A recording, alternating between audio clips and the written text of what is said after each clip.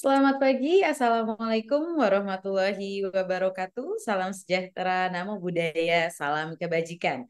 Selamat datang kepada Bapak dan Ibu di acara Sarasehan Virtual Kolaborasi Membangun Negeri. Apa kabar semuanya? Semoga semua dalam keadaan baik dan sehat dimanapun Anda berada. Sebelumnya perkenalkan, nama saya Nadira Mahdiani yang akan menemani Bapak dan Ibu sekalian selama kurang lebih 2 jam ke depan. Tentunya senang sekali bisa berada di acara ini bersama dengan Bapak Ibu untuk kita berkumpul dan juga berbagi insight bersama.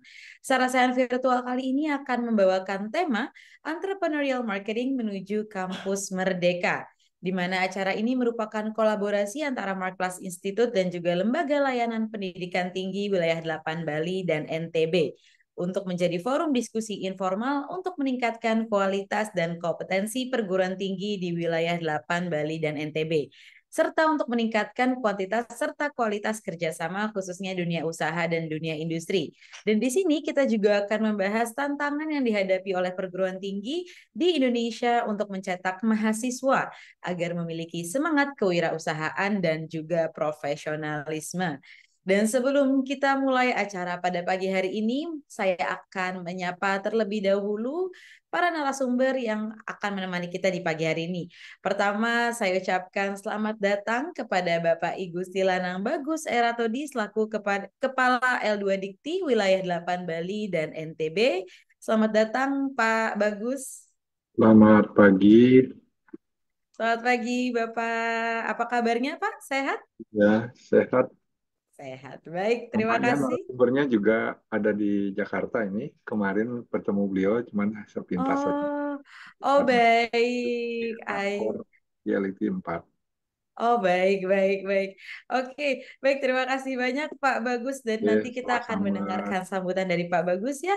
Kemudian saya juga ingin mengucapkan selamat datang kepada Bapak Ardi Ridwansyah selaku COO dari Marklas Institute. Sebelumnya selamat datang Pak Ardi. Baik, dan nanti akan bergabung juga bersama kita semua ada Bapak Hermawan Kartajaya selaku founder dan chairman dari M Corp. Dan tanpa berlama-lama lagi, mari kita langsung saja memasuki sesi pertama di acara pagi hari ini, yaitu sambutan dari Bapak I Gusti Lanang Bagus Eratodi selaku Kepala Lembaga Layanan Pendidikan Tinggi Wilayah 8 Bali dan NTB. Kepada Pak Bagus, waktu dan tempat kami persilakan.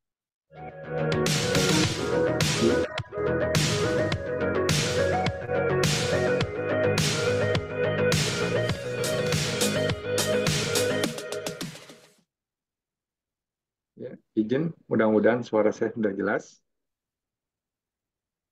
Om Swastiastu, Assalamualaikum warahmatullahi wabarakatuh. Salam nama budaya, salam kebajikan, salam sejahtera, rahayu bagi kita semua. Yang saya hormati teman-teman tim dari Marketplace Institute, yang saya hormati para narasumber yang kami banggakan, yang hari ini akan memberikan sebuah wawasan gimana kita sebagai insan yang memiliki tugas utama mencerdaskan anak bangsa, nantinya perguruan tinggi akan bisa menindaklanjuti kegiatan hari ini sebagai bentuk bermitra kita antara perguruan tinggi dengan beberapa mitra yang memang sudah memiliki kompetensi untuk siap menuju kampus mereka. Yang saya hormati Bapak Hermawan Kartajaya, beliau entrepreneur marketing. Selamat pagi Bapak. Yang saya hormati pula narasumber kita Bapak Ardi Ridwansyah, MICP kita sebagai CEO dari Marketplace Institute. Yang saya hormati dari teman-teman tim kerjasama LLT Wilayah 8, Pak Made Adi, Mas Adit. Nah, ini ujung tombak kami. Kalau kampus bermitra, kami memfasilitasi. Yang saya hormati seluruh peserta, baik wakil dari pimpinan perguruan tinggi, ataupun dari teman-teman perguruan tinggi swasta di LXD Wilayah 8, di bidang kerjasama, dan mungkin terkait kerat dengan Merdeka Belajar. Selamat datang. Terima kasih atensinya sudah bisa ikut serta dalam kegiatan pada pagi hari ini. Mari kita panjatkan puji syukur kehadapan Tuhan Yang Maha Esa. Kita pada hari ini menyelenggarakan sarasehan virtual kolaborasi membangun negeri marketplace. Bapak Ibu yang saya hormati, tantangan kita saat ini dalam rangka penjaminan mutu, terutama meraih kualitas dan relevansi perguruan tinggi, pendidikan tinggi, wajib melaksanakan beberapa kebijakan, salah satunya Merdeka Belajar. Salah satu kegiatan yang menunjang menuju Merdeka Belajar secara kualitas dan relevansi saat ini memang ditantang penuh. Kampus siap dan berkewajiban memfasilitasinya. Sedangkan mahasiswa diberikan hak seluas-luasnya. Nah, tantangan kita di masa yang akan datang ini adalah kita harus memiliki paling tidak mencapai raihan lulusan-lulusan kampus yang kompetensinya tinggi. Jadi pangsa pasar di luar itu melihat kompetensinya, bukan lagi melihat kampus seperti apa, sertifikat ijazahnya seperti apa, tapi kompetensi para lulusan itu seperti apa. Sehingga kita wajib melaksanakan kegiatan bermitra.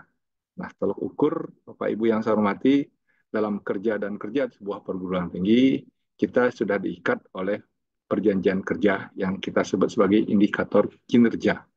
Nah, indikator kinerja utama tidak hanya kita dilihat dan melaporkan apa yang menjadi indikator tersebut, salah satunya adalah IKU yang keenam adalah kerjasama, bermitra sangat penting.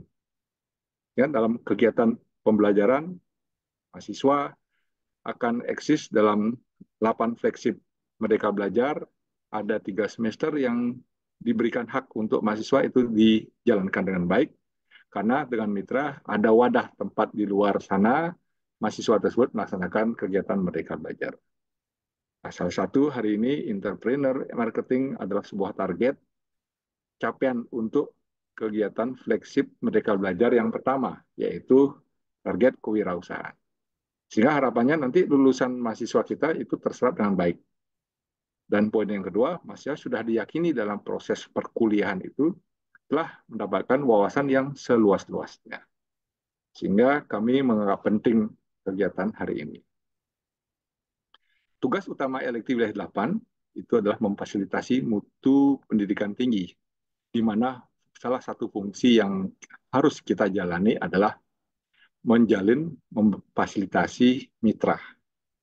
Jadi kalau di IKU 6 antar kampus dengan pemerintah, pemerintah dengan vendor, itu ada IKU 6 bermitra, dan pada tahap selanjutnya sesuai dengan Permendikbud 53 tahun 2023, penjaminan mutu dan akreditasi semua terkontrol by system. Jadi kita akan mendengarkan penjelasan Bapak Hermawan Kartajaya bagaimana strategi agar ini yang nanti mungkin Bapak Ibu pimpinan perguruan tinggi segera akan mendapatkan sosialisasi tentang otomasi dan bagaimana layar tentang kualitas perguruan tinggi ada di pemutu. Ada nanti sistem yang namanya pemutu yang dalam waktu 1 minggu atau 2 minggu segera akan di launching oleh Bank PT. Di sana pun jelas ada indikator-indikator yang mesti menjadi perhatian dari perguruan tinggi.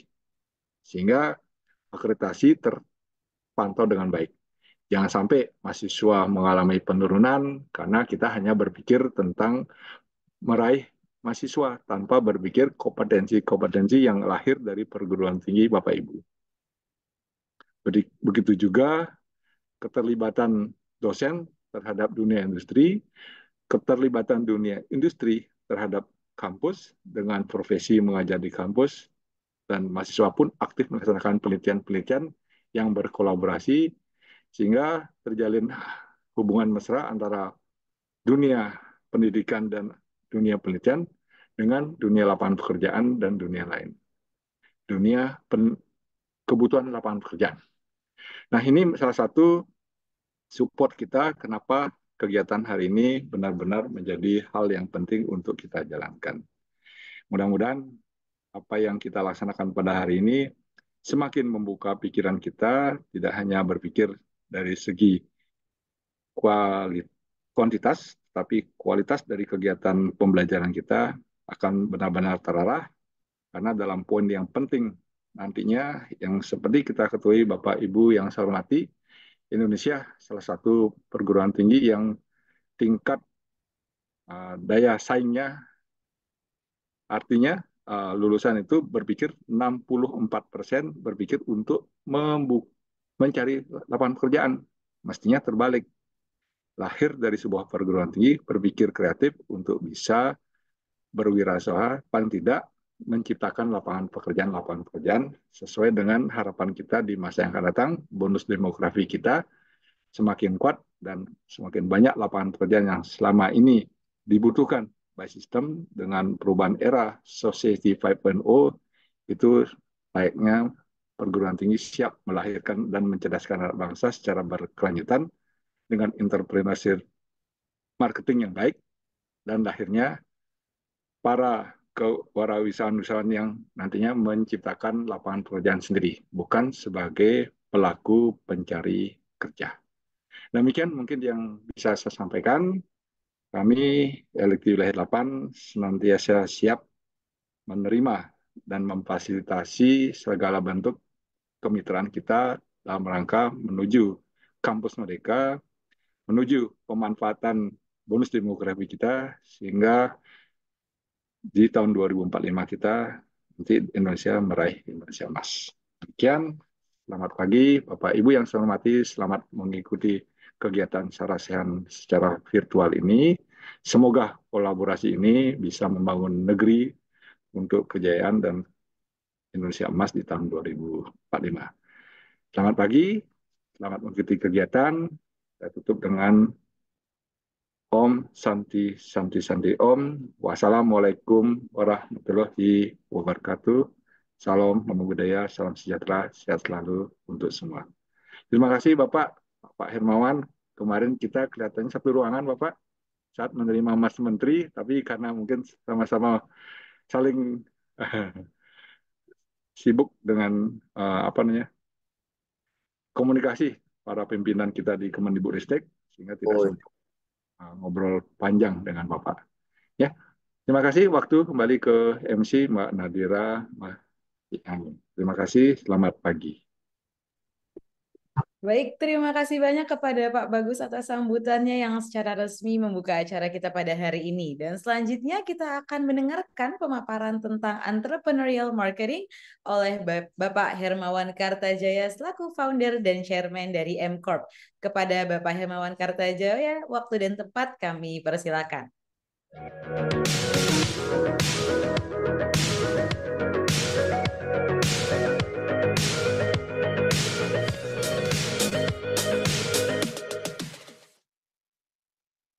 Selamat pagi, Om Swastiastu.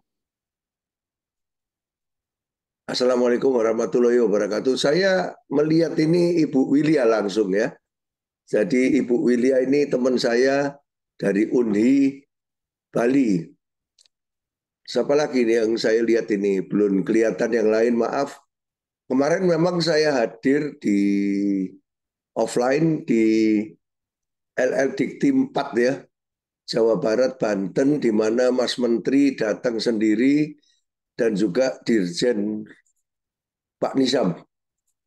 Dan pagi ini memang saya dijadwalkan secara online untuk Bali NTB. Padahal saya senang offline sebetulnya Pak. Jadi supaya lain kali bisa ketemu offline. Jadi kalau offline itu lebih mantap. Cuma kemarin itu kan waktunya dibatasi setengah jam ya. Walaupun akhirnya karena ada waktu jadi agak berkepanjangan sampai kira-kira 45 menit 1 jam. Kalau online ini bagaimanapun juga fokus kita tidak bisa langsung. Karena peserta punya fokus sendiri di kantor atau di rumah masing-masing. Sedangkan saya mudah-mudahan walaupun saya di tempat sendiri tapi bisa all out. Tapi daripada menunggu waktu, kita dahului dulu dengan online. Nah, entrepreneurial marketing ini sebetulnya adalah karya kita besar yang nanti 3 seri. Jadi seri 1 sudah keluar yang saya launch di Jenewa bulan Maret tahun lalu ketika saya diundang untuk pembukaan Eiger.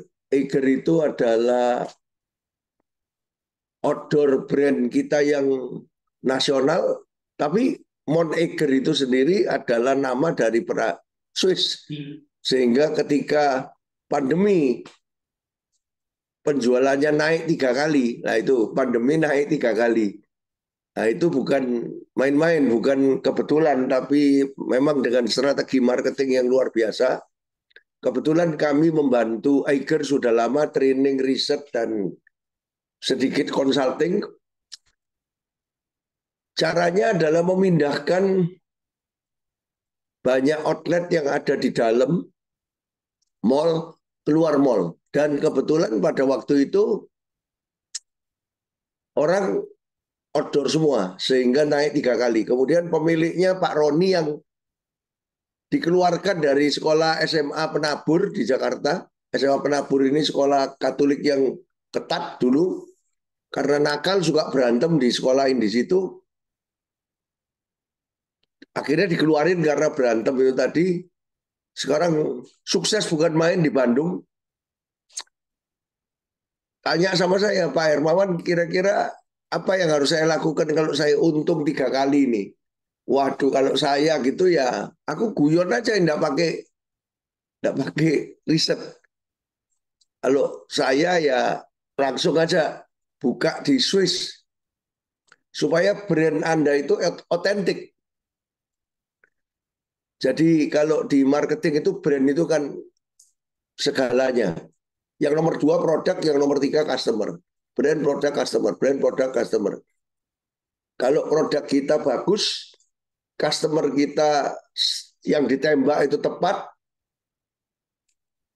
tapi brand kita tidak kuat, rugi. Nah, kalau Eiger ini sudah brandnya, produknya bagus, saya lihat sampai Pak Jokowi sendiri memang belinya produk Eiger, kemudian customernya tepat pada waktu krisis itu memang orang outdoor semua, sehingga brand ini perlu diperkuat. Saya cuma gitu aja, tidak pakai riset-risetan ilmiah, tidak pakai jurnal, tidak pakai apa. Diturutin, buka di Interlaken. Interlaken itu kayak Balinya Swiss. Orang kalau mau mendaki ke gunung itu, di sana yang terkenal wisata gunung seluruh dunia ke gunung sana, maka dia bukalah di Interlaken itu. Jadi semua turis jalan sana. Orang Indonesia antusias, wali kota Interlaken sangat senang karena ada orang Indonesia mau buka di sana, dan akhirnya di luar dugaan sukses. Sekarang buka di Malaysia. Nah ini kisah-kisah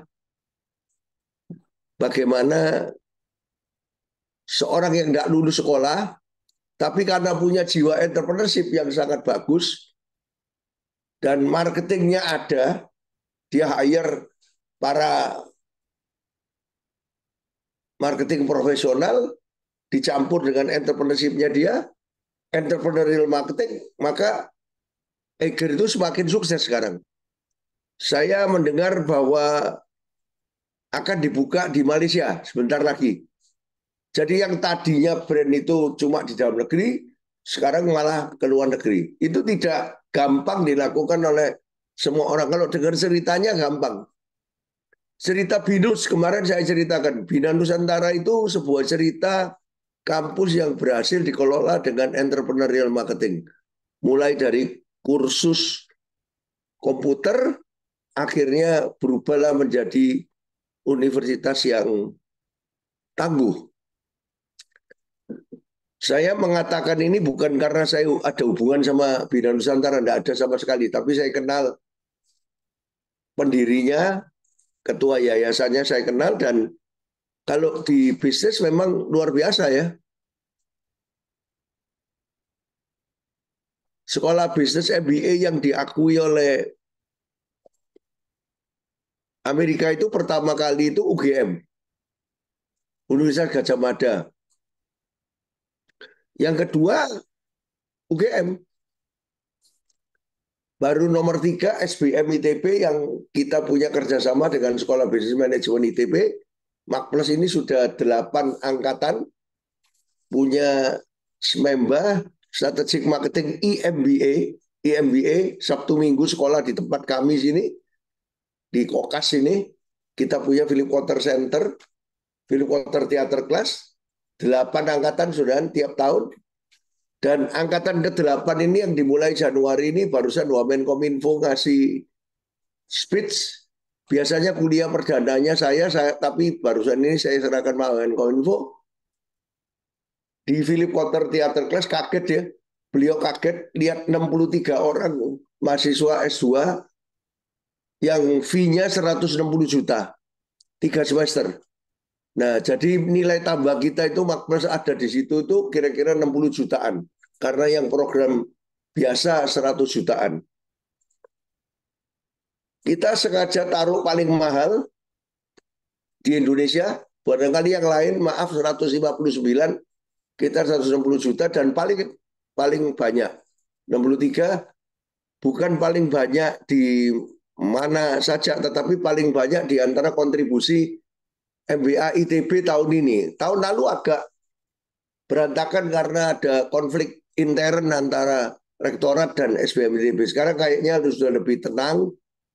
Dan balik lagi, itu kalau brandnya kuat itu begitu. Jadi kita 8 kali begini, agak turun dikit, 50-an tahun lalu, tapi turunnya tidak sampai begini.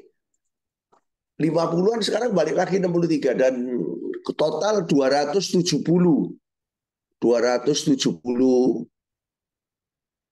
mahasiswa untuk MBA ITB yang baru tahun ini kick off.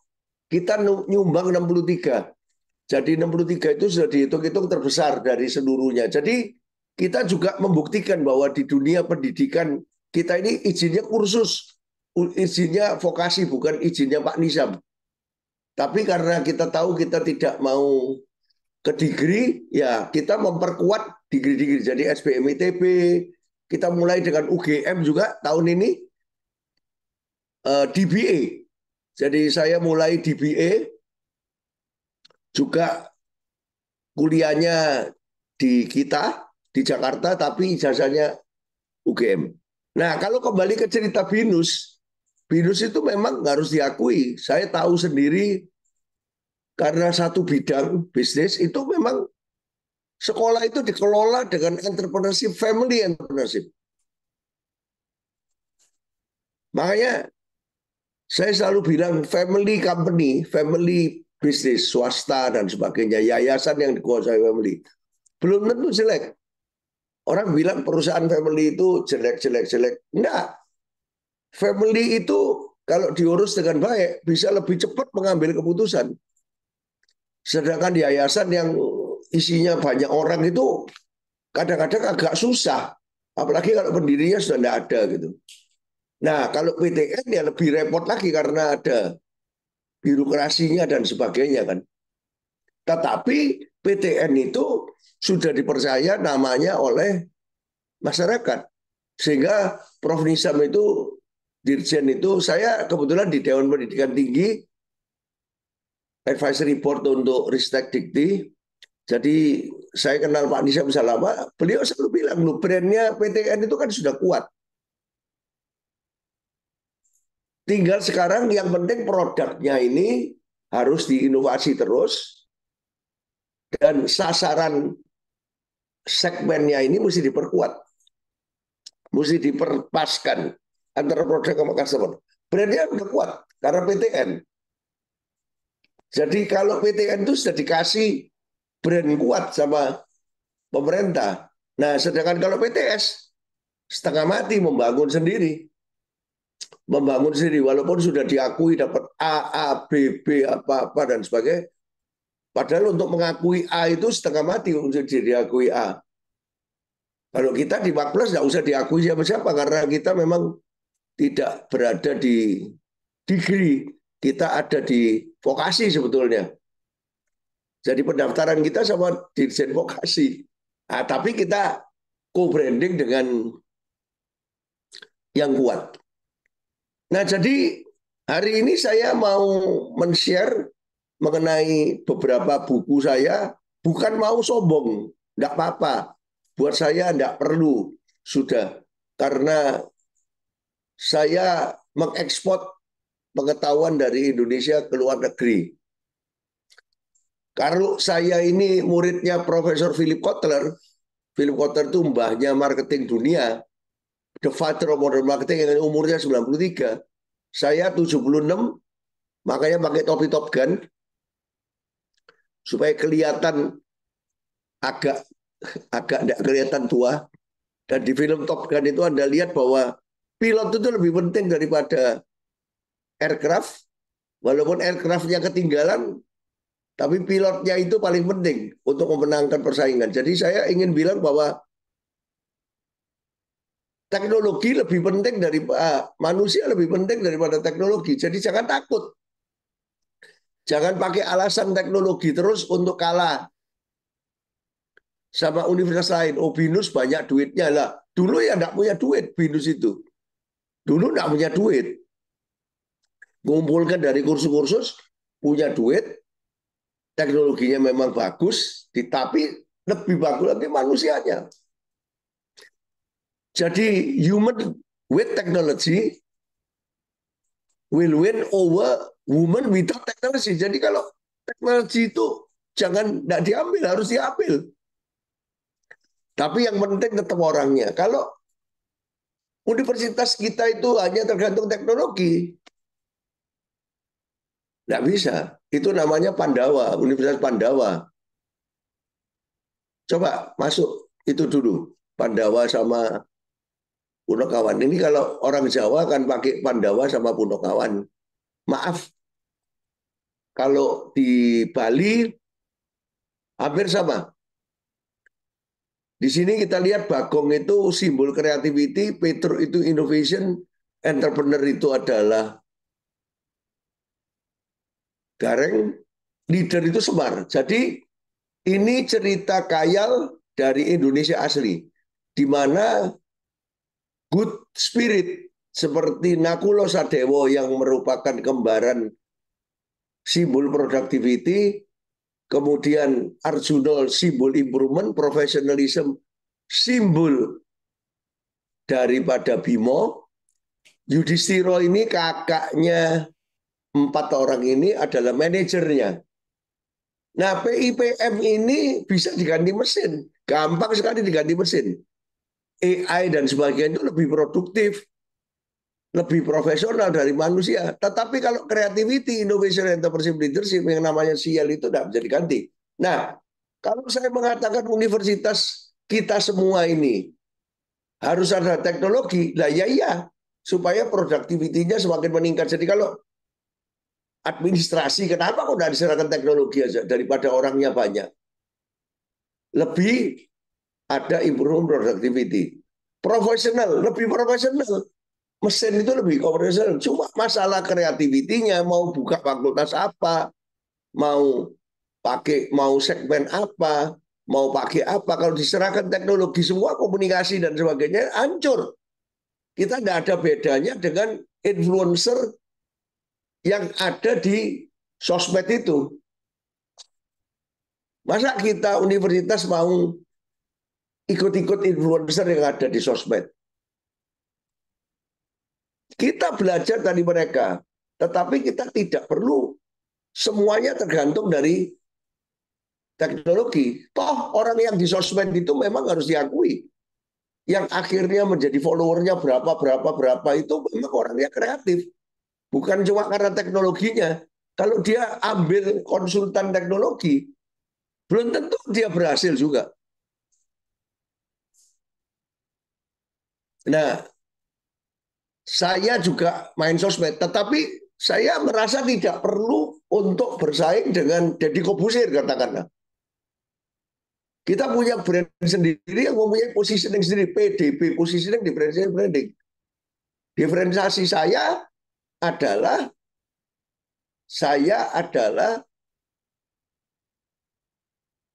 is a thinker. Deddy Corbuzier hebat. Memang entertainer. Dunianya lain, segmennya lain. Jadi saya nggak perlu pakai begitu. Tapi lumayan kalau Anda lihat Hermawan underscore Kartajaya, 22.000 Instagram tanpa follower, nol, following nol. Saya memang membuat strategi following nol untuk membuktikan bahwa follower saya itu organik semua. Tidak pakai mesin, tidak pakai apapun. Nah, tetapi kalau ada entertainer, apakah Anda tidak boleh pakai mesin? Boleh, sah-sah saja. Tapi jangan sampai lah kalau kampus, universitas terus pakai mesin untuk menghasilkan follower lebih banyak. Aduh, jangan. Jadi untuk mempertahankan otentik diferensiasi saya nggak pakai. Tapi kalau yang lain-lain, Twitter saya, LinkedIn, sudah kadung.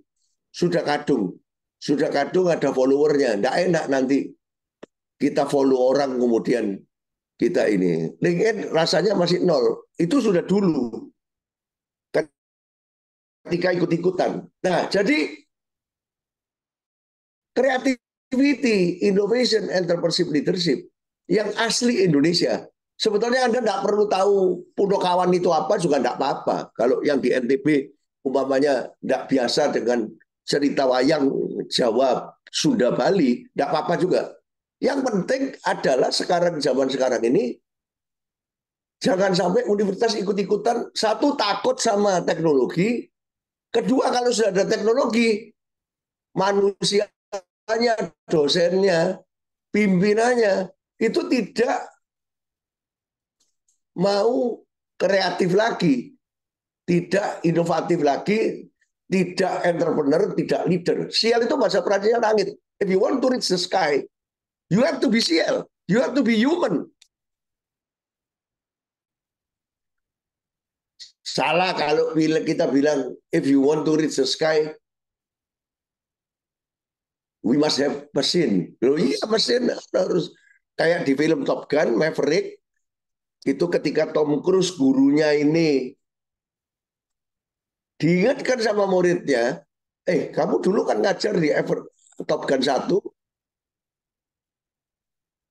pilot harus lebih penting daripada pesawat terbangnya. Sehingga kalau ketika mereka berdua mencuri kapal terbangnya lawan, yang dua generasi kalah dari yang paling baru, Tom Cruise takut. Nah, ganti takut, dia cuma bisa teori tok. Ini seperti dosen yang hanya memberikan teori tetapi prakteknya takut ya. Karena dia tidak pernah melakukan perang pakai pesawat yang kurang canggih. Muridnya bilang, "Loh, kamu sendiri yang bilang." Ya itu fiktif ya. Tapi itu bagus sekali untuk renungan kita bersama kalau kita dosen. Nggak usah takut. Kalau Anda dengan alasan universitas saya kalah, teknologinya kemudian ngalah. Nggak bisa. Karena di marketing itu yang disebut menang itu tidak harus terbesar. Tidak harus terbesar. Dalam jumlah mahasiswa tidak harus terbesar. Dalam jumlah doktor tidak jumlah dalam profesor. Enggak. Menang itu berarti kita punya diferensiasi yang kuat. PDB, positioning, differentiation, branding. Diferensiasinya kuat. You don't need to be the best, you don't need to be the better, you just need to be different in your own segment. Jadi kalau Anda menang di dalam segmen yang Anda tuju, menang Anda. Tetapi kemenangan itu juga harus terlihat di dalam bentuk bisa survive. Jangan menang ngotok-tok tapi kalah di dalam keuangan. Jadi Pandawa ini lebih dekat dengan keuangan sebetulnya malah. Kalau Punokawan ini lebih dekat dengan marketing. Jadi marketing sama keuangan itu harus dipersatukan. Nah, sekarang apa hubungannya dengan MBKM? Sebelum MBKM, itu kampus itu cuma PIPM ini. Sedangkan dunia kerja memang memerlukan PIPM. Dunia kerja memerlukan orang yang produktif, orang improvement, orang profesional, orang manajemen, orang yang ngerti manajemen. Tetapi Di dunia kerja yang penuh dengan persaingan ini perlu creativity terus, innovation, entrepreneurship, leadership. Persis seperti universitas. Universitas mau tidak mau harus diakui adalah dunia usaha. Persis dunia usaha ini 34 tahun. Zaman dulu tidak ada McKinsey datang, sekarang McKinsey datang. 34 tahun kita. Bagaimana mempertahankan 300 orang ini? Ngasih gaji, ngasih apa? Kalau dikasih gaji, tok. Nggak boleh kreatif. Itu namanya PIPM. Tetapi di Marketplace harus mereka juga harus kreatif, innovation, entrepreneurship, leadership. Supaya bantu kita mikir. Maaf saya minum kopi juga. Karena kalau hanya pemiliknya yang sial, kemudian stafnya itu PIPM semua, takut mengambil keputusan, takut masuk di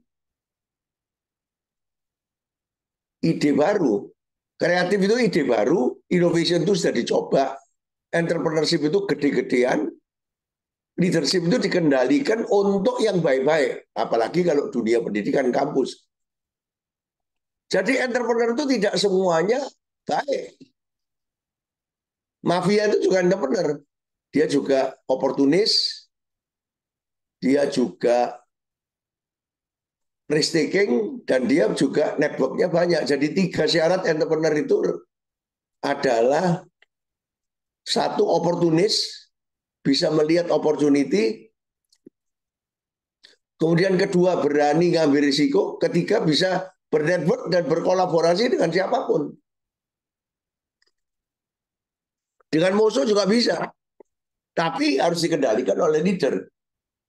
Makanya kalau mau bagus, kreatif, innovation, entrepreneur, leader, sambung. CI sambung sendiri, EL sambung sendiri.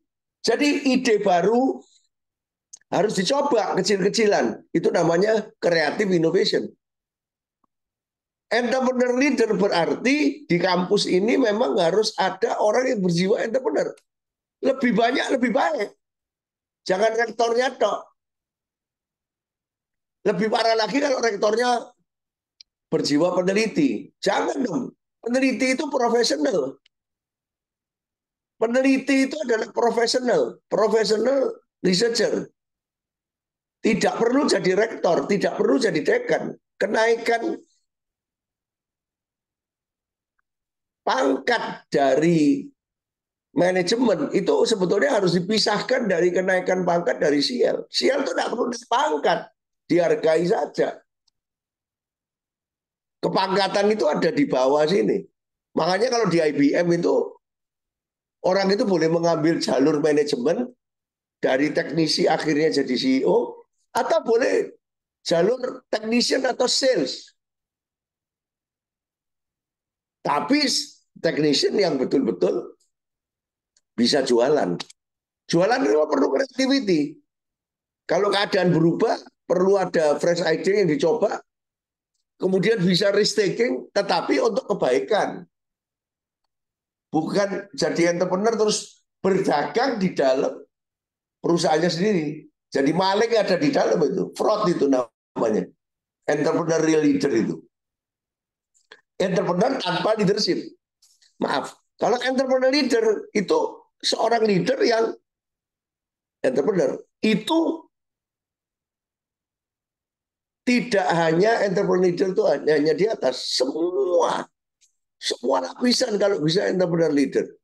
Leader itu kan kita tahu tidak harus ada di atas. Orang yang di bawah bisa punya leadership lebih tinggi daripada yang di atas. Kalau yang di atas punya power lebih gede itu professional management. PM itu adalah ikut aturan, ikut sistematik. Nah, organisasi kita tidak akan bisa menang kalau isinya cuma orang-orang yang professional manager semua. Matilah. Jadi bahasa professional manager zaman dulu bagus sekali. Sebelum MBKM. Sesudah MBKM, menurut definisi saya, professional manager semakin tinggi semakin jadi rektor, semakin jadi dekan, semakin jadi kajur, semakin jadi kasubdit atau apa. Itu kalau tidak disertai dengan pengembangan entrepreneur leadership, waduh, payah ini. Semakin jadi beban untuk kampus. Karena professional manager itu gajinya makin banyak, pangkatnya makin tinggi, tunjangannya makin besar, padahal dia tidak berani ambil risiko. Tanya sama yayasan terus, enggak apa-apa, usulkan pada yayasan begini-begini. Cuma kalau enggak cocok sama yayasan, ya mesti nurut. Kalau menurut dirinya, usul-usul terus nggak diterima, ya keluar. Masih ada kampus lain kok yang nerima. Nah kalau cuma ngomel, nggak berani keluar, ya itu namanya lebih rendah lagi dari professional management. Itu namanya manajemen yang tidak profesional. Cuma komplain, nggak berani keluar. Banyak itu terjadi di perusahaan, di universitas, di mana-mana. Yayasannya entrepreneur leader, rektoratnya sampai ke bawah, walaupun ditunjuk yayasan professional manager. Nggak ngusulin apa-apa, cuma ngomel aja. Yayasan ini begini-begini, tapi nanti kalau mau pemilihan, baik-baikin lagi yayasan supaya diperpanjang lagi. Nah ini nanti universitas itu udah kemana-mana. Jadi singkat kata, saya terangin buku entrepreneur marketing yang saya luncurkan di gedung WIPO, World Intellectual Property Organization, ketika saya diundang sama Eiger itu. Dari Interlaken saya ke Jenewa karena dikasih kesempatan sama Dubes Indonesia di PTRI, perwakilan tetap Republik Indonesia di Jenewa, untuk meluncurkan ini. Loh Pak Hermawan, ini asli Indonesia? Iya asli. Karena saya bukan orang akademisi, jadi berani aja ini, nggak usah dibuktikan di jurnal ini. Kalau dibuktikan di jurnal dulu, nanti cuma beraninya ngomong di saresean atau simposium ilmiah buat apa? Tidak bisa menggema ke seluruh dunia. Ini kan diterbitkan oleh Wiley Trade Book. Apa bedanya trade book sama textbook? Kalau textbook itu yang dilobi adalah kampus dan dosen. Dosen itu dikasih alat bantu untuk ngajarnya supaya gampang, supaya kelihatan pinter. Tapi kalau trade book itu dilepas ke pasar, laku apa enggak? Di pasar Amerika lagi, bukan pasar Indonesia lagi.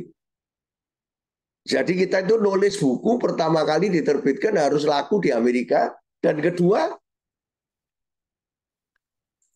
berapa puluh penerbit luar negeri yang mau mengambil copyright-nya untuk translation. Buku kita rata-rata 20 ke atas. Itu berarti ide itu diterima. Walaupun mereka nggak ngerti punokawan. Karena yang penting bukan punokawannya, tapi contrasting-nya itu. Dan ini cocok sama MBKM. MBKM kalau dipikir-pikir lagi esensinya apa? Bukan cuma mengajukan dana untuk membuat ini. Ya itu silakan lakukan. Tapi yang lebih penting lagi adalah jiwanya daripada MBKM itu adalah kampus itu melahirkan orang-orang yang bukan cuma PIPM, tapi CL. Sehingga orang itu siap kerja, tapi kalau sudah siap kerja di dalam perusahaan itu, dia tidak menjadi beban. Karena kalau dia PIPM, di perusahaan itu menjadi beban. Tapi dia bisa CL. Atau dia bisa langsung jadi startup, jadi UKM. Karena CL-nya kuat. Tapi akhirnya dia mesti ngerekrut PIPM juga. Jadi orang itu di dunia ada macam-macam. Ada yang 100% PIPM, ya sudah. Jadi mesin dia. Nah, MBKM mengharapkan supaya lulusan dari kampus-kampus ini tidak hanya menjadi PIPM. Menurut saya. Karena itu orang luar disuruh masuk ke dalam, orang dalam disuruh magang keluar. Nah, jadi dosen itu tidak boleh merasa pinter sendiri Ya dia pinter di dalam kampusnya mengambil profesor apa, enggak apa-apa. Tetapi percuma toh kalau hasilnya itu, lulusannya itu bukan cuma tidak cocok dengan industri. Sesudah masuk perusahaan, tetap PIPM toh. Dan tidak punya kreativitas, tidak punya inovasi, tidak menjadi entrepreneur, dan tidak menjadi leader kesemar yang bijaksana. Ini satu yang saya ingin ucapkan di awal. Nah, ini bagian yang sudah dikeluarkan di dunia. Bulan Maret itu sudah dikeluarkan oleh Wiley. Nanti yang kedua, model yang kedua akan keluar tanggal 13 Agustus tahun ini, 2024.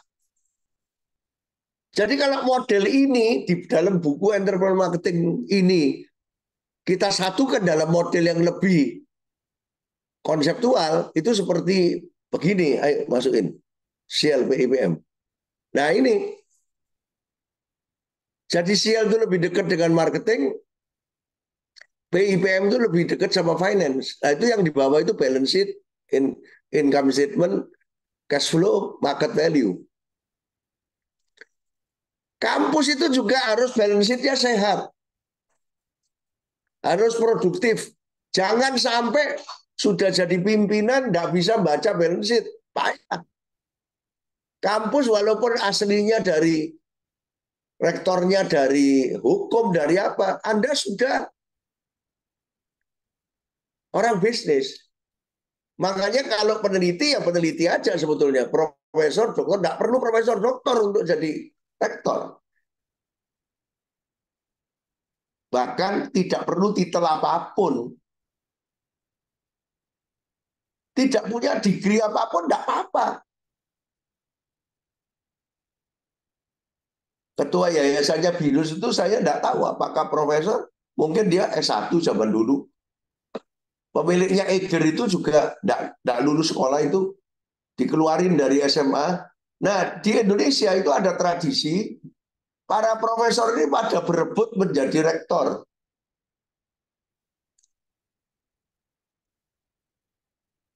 Supaya kelihatan keren. Tidak bisa. Rektor itu yang di professional researcher itu.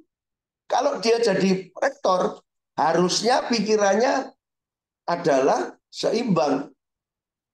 Creativity dan productivity, innovation dan improvement, entrepreneur dan professional, leader manager. Kalau yayasannya harus sial 90%, PIPM-nya 10%. Kalau rektor, ya paling enggak 70% sial, PIPM-nya 30%. Dosen itu mesti 50-50. Nah, kalau pengajar biasa itu paling enggak ya PIPM-nya 70, sialnya 30. Nah, kalau dia dinaikkan menjadi jabatannya naik, itu sialnya mesti ditambah, PIPM-nya mesti dikurangi malahan. Bukan PIPM-nya ditambah, maaf ini. Jadi gabungan antara marketing dan finance ini harus jadi satu. 5D, 4C, PDP, 9 elemen ini marketing saya yang simplified. Saya tidak membahas itu, nanti lain kali aja marketingnya. Tapi saya membahas dua kontras ini mesti dijadikan satu. Dan lihat itu teknologi sama human. Sial itu lebih human, teknologi itu lebih VIP. Makanya kemarin saya ngomong, nggak usah takut sama ChatGPT. Ujian sekarang ini harus apa? Cari jawabannya di ChatGPT. Makanya jangan nanya kenapalan. Hafalan itu sudah cocok sama sekali. Walaupun itu semester 1 tidak cocok. Mudah-mudahan di SBM ITB kita itu nanti dosennya semua akan campuran ini. Dosen kita sama dosen dari ITB. Mudah-mudahan nanti dosennya itu ngasih ujian 3 soal aja. Jangan lama-lama. 1, 2, 3. Tapi jawabannya cari. Jawabannya di ChatGPT. Terus apa pendapat Abel tentang jawaban ini? Karena ChatGPT-nya ada banyak. ChatGPT 1 mengatakan begini, ChatGPT 2 begini, ChatGPT 3 begini. Jawabannya lebih produktif, bisa dikumpulkan dari mana-mana, jadiin satu. Tapi apa pendapat Anda tentang ini? Apa kreativitas yang bisa dilakukan sesudah dapat jawaban dari ChatGPT? Innovation apa? Bukan cuma improvement. Anda lihat opportunity apa setelah lihat ini? Mengambil risiko apa? Anda khawatir enggak yang terjadi untuk dampak-dampak buruknya itu leadernya itu? Jangan sampai jadi entrepreneur tapi entrepreneur non leader. Nah, jadi model ini sudah keluar di buku Entrepreneur Marketing 1 dan ini kita perjuangkan mati-matian sekarang lewat IAI dan sebagainya, bukan cuma IAI tetapi sampai ke dunia. Karena saya bermimpi sekarang umur 76 mau 77. Dulu saya melukat di Bali, itu keluar ini Top Gun-ku enggak kelihatan itu. Ayo, kamu kamera itu jangan cuma ngelihat ini, kamu lihat ini loh, kalau enggak bagus itu. Nah ini kerja enggak pakai sial ini. Ini contoh ini orang saya ini. Cuma di-share habis itu dia lihat-lihat handphone. Mestinya enggak usah disuruh, dia lihat itu topi Top Gun itu kan ada maknanya. Ini coba lihat di tempat saya sendiri ini. Enggak usah nunggu disuruh, kalau nunggu disuruh itu profesional. Kalau disuruh terus nggak ngerti, itu unprofesional di bawahnya lagi. Ini dicontoh tempat saya. Contoh kecil aja. Sebetulnya harus jaga terus. Kalau dia punya entrepreneurship, lihat opportunity. Loh, ini kok nggak kelihatan ini. Wah ini bos saya menunjukkan ini. Ini contoh kecil ini. Ini mekanik ini. Namanya Mugi nih. Padahal sudah sebenarnya sama saya ini. Tidak gampang. Apalagi dosen. Kalau dosen itu sudah merasa dia paling pinter, dia sangat profesional, susah disuruh sial ini. Karena mendarah daging sudah nunggu diperintah. Nah, jadi keseimbangan antara marketing dan finance untuk kampus penting. Tapi tengahnya itu namanya operational. Operation ini kita bahas lebih detail di buku kedua yang akan terbit 13 Agustus tahun ini. Jadi model ini kita bikin di MarkPlus di Indonesia namanya Omni House Model dan kita bawa ke dunia. Pakai namanya Philip Kotler, ini namanya co-branding. Makanya kalau kampus Anda kurang terkenal, berko-brandinglah dengan orang yang lebih terkenal. MarkPlus, Institute apalah. Di Indonesia apa? Kita co-branding dengan SBM ITB. Tapi SBM ITB mesti melihat apa keunikan kita. UGM mesti melihat. Unpad mesti melihat. Kita kerja sama Unpad juga. Ini nanti ini sama UT tapi tidak jadi. Wareknya langsung sakit. Tapi antusias mereka untuk membuat digital marketing secara digital. Karena saya melihat Universitas Terbuka ini bagus sekali. Satu-satunya PTN yang untung banyak ini ya cuma UT. Maaf ya. Karena mereka memang dari sananya DNA-nya dikasih kos kecil dan orangnya cukup kreatif. Nah ini mau bikin digital marketing. Saya membayangkan kalau digital marketing UT sama MarkPlus seluruh Indonesia memberi kesempatan kepada orang-orang yang kerja. Waduh. Itu secara kreativitas jalan sama ini jalan. Dua-dua melihat kesempatan. Makanya saya sangat mengajak. Saya sudah berkunjung 2 kali ke UT dan UT sudah ketemu saya. Tapi saya ajak ketemu lagi. Hari ini mendadak warek satunya kurang enak badan. Langsung saya minta orang saya. Jangan kosongkan saya. Cari yang kemarin saya ketemu-ketemu. Yang ketemu di TMI itu siapa? Yang memang kepingin ketemu. Langsung dicari-cari, tek. Ada lagi satu. Saya tidak mau kosong. Padahal terus terang badan saya agak kurang sehat ini. Karena saya entrepreneur. Kalau saya profesional gampang aja. Sorry, saya hari ini minta izin istirahat. Nah, jiwa saya entrepreneur lebih gede daripada profesional. Ini contoh aja, contoh kecil aja. Saya tidak mengharapkan, bukan mengatakan yang maaf sekali, bapak-bapak yang di Bali punya Trihita Karana, wah bagus sekali filosofi, ya. Di Lombok juga NTB, wah saya juga sebetulnya secara resmi saya juga termasuk Dewan Penasihatnya Gubernur NTB, juga Gubernur Bali, tetapi ya saya kalau tidak dipanggil ya tidak datang.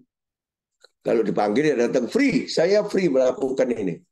Nah, saya tahu tiap daerah punya filosofi sendiri, tapi jangan biarkan filosofi itu jadi filosofi.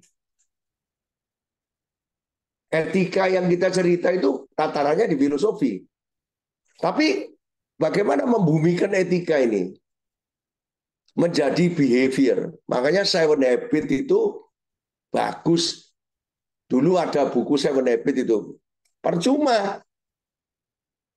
Filosofi itu mesti dijadikan ini. Jadi filosofi penting, ada berdasarkan agama, berdasarkan budaya, berdasarkan apa, tidak apa-apa. Tapi dan Indonesia itu kaya dengan filosofi. A sampai Z. Saya juga mulai dari filosofi kan. Punakawan ini kan filosofi Jawa. Tapi saya hidupkan jadi model. Nah, yang kedua, model yang kedua, coba teruskan yang ada bendera-benderanya. Nah ini, jadi kita belajar dari creative innovation itu dari Korea, karena Korea itu memang terkenal pali-palinya cepat, walaupun salah lebih baik cepat. Jepang itu productivity improvement, yang namanya Kaizen. Kalau Anda belajar quality management, Profesor Deming dari Barat itu tidak berhasil di Barat, akhirnya diambil sama Jepang. Sehingga Toyota itu punya, ini contoh, Profesor Deming itu profesor di universitas. Di Amerika sendiri pada waktu itu, Amerika terlalu sombong industrinya. Tidak mau menggunakan productivity, diambil Jepang. Jepang baru kalah perang. Sehingga quality daripada mobil-mobil Jepang itu makin lama makin bagus. Disaliblah Amerika. Tapi kalah belakangan sama Korea. Korea lebih cepat lagi sehingga Sony mati. Di otomotif masih bertahan. Tapi Hyundai melompat lagi ke electric vehicle. Coba lihat ini. Antara CI sama PI, mana yang lebih? Jadi tidak usah dipertentangkan. Apakah kita mempelajari PI atau CI. Masukkan di dalam mahasiswa bahwa productivity improvement itu penting. Tapi creative innovation juga penting. Kita mengawinkan Jepang sama Korea yang mereka saling tidak cocok ini. Mereka sering tidak cocok. Kemudian IL itu contohnya India. PM itu contohnya Singapura. Saya bocorin dikit ini, buku ini yang saya tulis bersama Dr. Jeki Musri. Ini din saya ini. Cuma ada satu doktor di Max Institute. Tidak boleh banyak-banyak, 300. Saya tidak berlomba-lomba untuk mendoktorkan orang. Saya mensialkan orang. Tapi itu Ardi yang sebelah sana yang di bawah saya itu sebentar lagi doktor juga ada di ITB. Orang keduanya Jeki di Max Institute. Mau tidak mau. Karena kita bergaul di sini. Di area akademik. Jadi paling tidak supaya lumayan ya sudah punya 2 doktor. Ini doktor 1,5 sekarang, sebentar lagi. Barusan ini ada teman-teman dari UGM 15 orang, lecturer filsafat Gajah Mada, official visit ke kita karena kita bakal jadi partner. Kita diskusi tentang leadership. Beliau ikut bersama saya, bersama Jeki, untuk kita jelasin mengenai konsep leadership kita. Jadi buat saya, leadership model CL ini adalah leadership yang memberi kesempatan kepada anak buah kita untuk berkreatif, berinovatif, dan menjadi entrepreneur. Bukan leadership kayak zaman dulu. Apakah Engarso Tulodo, Tuturi Andayani, Engarso sing itu jelek? Tidak. Tapi jangan cuma di era filosofi, di tingkat filosofi, tetapi bikin bumi kan jadi habit. Jadi akhirnya kita menemukan bahwa China itu yang di tengah itu yang merangkum semuanya. Kenapa India kok dipakai sebagai contoh entrepreneur leader? India punya IIT dan IIM, India Institute of Management, dan India Institute Teknologi. Makanya pendidikan itu tetap penting. Tapi India itu punya jiwa entrepreneurship. Kalau sudah diterima di IIT atau IIM, mereka forget about Harvard Business School, forget about MIT. Tetapi kalau sudah selesai, perginya ke Amerika juga. Kerja di Silicon Valley. Saya pergi ke Silicon Valley, saya lihat, ya ada beberapa orang Indonesia. Tapi sangat kalah sama orang India, karena orang India itu siap. Bahasa Inggrisnya bisa, saya nggak bisa bahasa Inggris, tapi nekat aja, karena terlalu tua. Bahasa Cina, boro-boro. Nggak bisa lagi. Padahal Chinese itu akan menjadi the next global language. Jadi kalau kita tidak menguasai bahasa ini, memang nggak bisa. Kita itu terhambat pergi ke Amerika karena ya bahasa Inggris kita kurang, terus terang. Tetapi sekarang waktunya Barat dan China itu harus diseimbangkan. Tapi apa? Saya mau kirim cucu saya dulu, anak saya dua-dua tak kirim ke Amerika supaya lebih bagus bahasa Inggrisnya dari saya. Saya kan tidak lulus ITS, dokter lulus kausa ITS. Saya punya 5 profesor dari Malaysia sama Korea. Tapi ya tidak pernah saya pakai. Buat apa? Aku tidak mengunggul-unggulkan profesor saya. Saya kan izinnya kursus saja. Jadi orang harus bisa menempatkan diri di tempat masing-masing. Kalau mau ditulis semua dokteran dan ekonomi, loh, saya ini bukan sarjana ekonomi, 5 tahun dulu. Akhirnya dapat juga dari Universitas Surabaya. Terus punya MSc dari Inggris, tapi ngapain ditulis? Malu, soalnya pakai distance learning saja. Sejak digital itu tidak bisa dihilangkan. Dan saya tidak tahu itu tesis saya dituliskan sama pegawai saya dulu, yang lulusan Australia. Pokoknya lulus gitu aja. Karena mau jadi konsultan, masa tidak punya S2. S3-nya honoris causa, profesornya dari Malaysia sama Korea 1. Tapi tidak pernah ditulis semua. Kalau mau ditulis semua panjang. Tapi buat apa berpanjang-panjang? Kalau Mark Plus-nya mati. Saya membuktikan 34 tahun kita tetap survive di area-nya masing-masing. Di segmen saya. Tetap nomor 1. Tetap ini bertahan. Walaupun tidak sempurna. Memang pada waktu kampus kita itu mengalami persaingan. Harus terus kreatif. Harus terus entrepreneur leader kayak India. India itu hebat. Sampai ada joke. Kalau ada India sama ular, dibunuh mana? Dibunuh ularnya dulu atau India dulu? Saking takutnya kita sama orang India. Karena India itu berani mati ngambil risiko, berani mati oportunis, dan berani mati berkawan sama siapapun, dan bisa meyakinkan lawan jadi kawan. Tetapi tidak semua orang India menjadi CEO. Yang leader, yang mungkin punya leadership kayak Dewa Siwa atau Dewa apa, menurut kepercayaan mereka, kalau dicampur baru bisa jadi CEO-nya Google, CEO-nya apa, dekannya siapa, itu yang sudah dicampur. Tapi kenyataan yang entrepreneur itu memang luar biasa banyaknya di Silicon Valley itu. Ada yang gagal, ada yang apa. Daripada orang Indonesia yang memegang filosofi ya enggak apa-apa lah, pokoknya ayam di rumah sendiri. Ya memang apa juga filosofi, tapi jangan marah-marah kalau kemudian ranking kita ada di bawah terus. Professional management itu kenapa Singapura? Karena Lee Kuan Yew itu memang sejak mendirikan negara kita kecil, orang yang terbatas harus profesional, harus pinter bahasa Inggris. Sekarang pinter bahasa Cina. Jadi dia menguasai secara keseluruhan. Orang Singapura itu bisa bahasa Inggris, bahasa Cina. Wah, ini next ini. India kalah bisa sama Singapura pada satu ketika. Dan manajemen, orang Singapura terkenal patuh mematuhi aturan-aturan. Kalau orang Singapura itu kerja di kita, bayarannya mahal, tetapi dia akan mematuhi.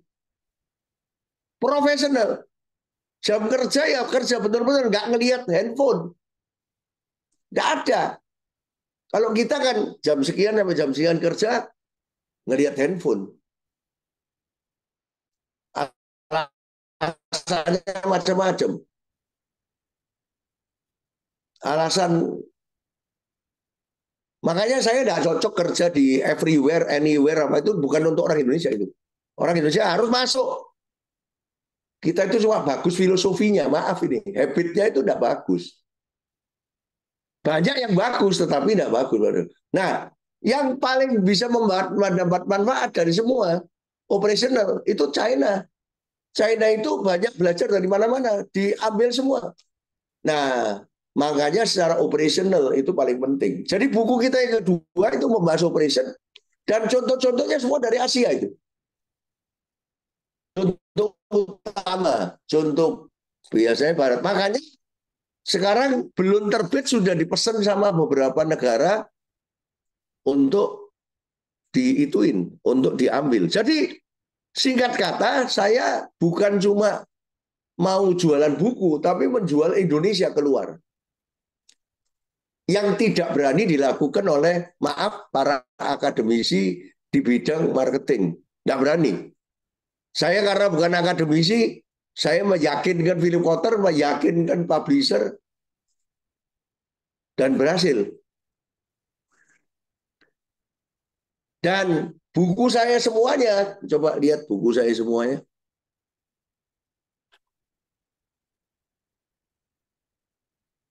Mana? Nah, ini Anda lihat, mulai dari 98 saya nulis buku. Saya gandeng Philip Kotler terus. Ditawari jadi kuarter pertama, enggak mau.